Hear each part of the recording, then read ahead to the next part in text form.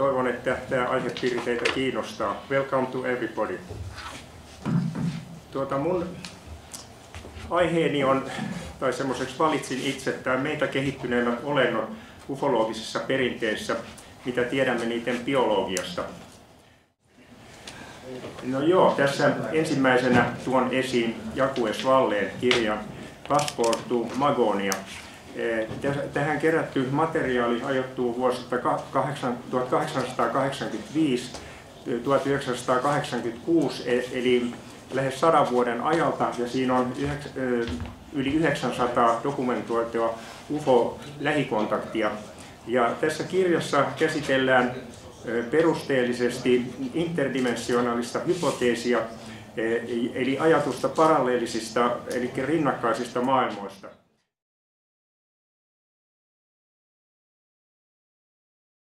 Kiitoksia, tervetuloa minunkin puolestani tähän luentoon. Tosiaan itse olen unkarilaissyntyinen.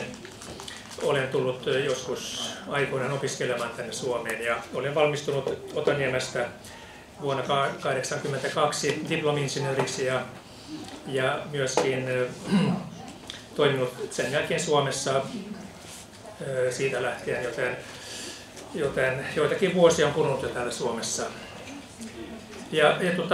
Olen tosiaan ollut mukana tässä SUTin toiminnassa ja heti Suomen tultuani tutustuin tähän aiheeseen ja se otti minut heti mukaansa ja olen innostunut tästä aiheesta siitä lähtien ja se innostus jatkuu edelleenkin.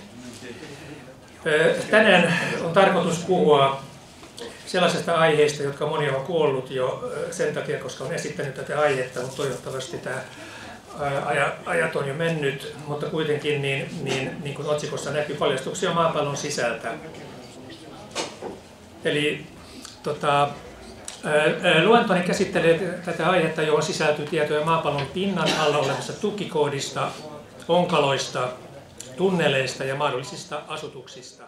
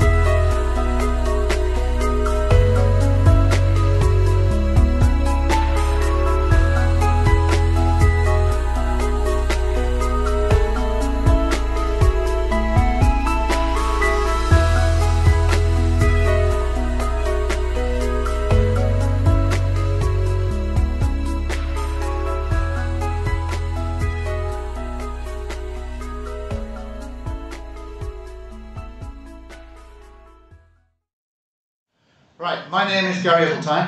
Joo, hän on Gary Heseltine. And before I give you my lecture on this book, which is this book, eli kun alkaa kertomaan 500 pages, tuollaisen kirjasta tuossa näin, siellä olen tehnyt tuollaisen kirjan. I'm going to tell you a little bit about myself. Ja hän kertoo myös itsestään jonkun verran. For 6 years I was in the Royal Air Force. Se oli Englannin kuninkaallisen ilmavoimassa 6 vuoden ajan. As a police officer. Poliisina. And then I went on to have a 24-year career in the police, in the British police. Ja sitten Englannin poliisivoimissa 24 vuotta. The last 19 years. Viimeiset 19 vuotta. As a detective. Etsivänä.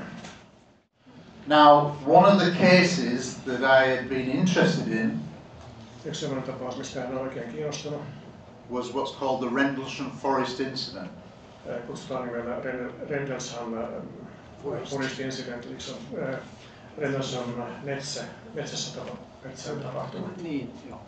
Se on siis kaksoistukikohta Joo. Naton ja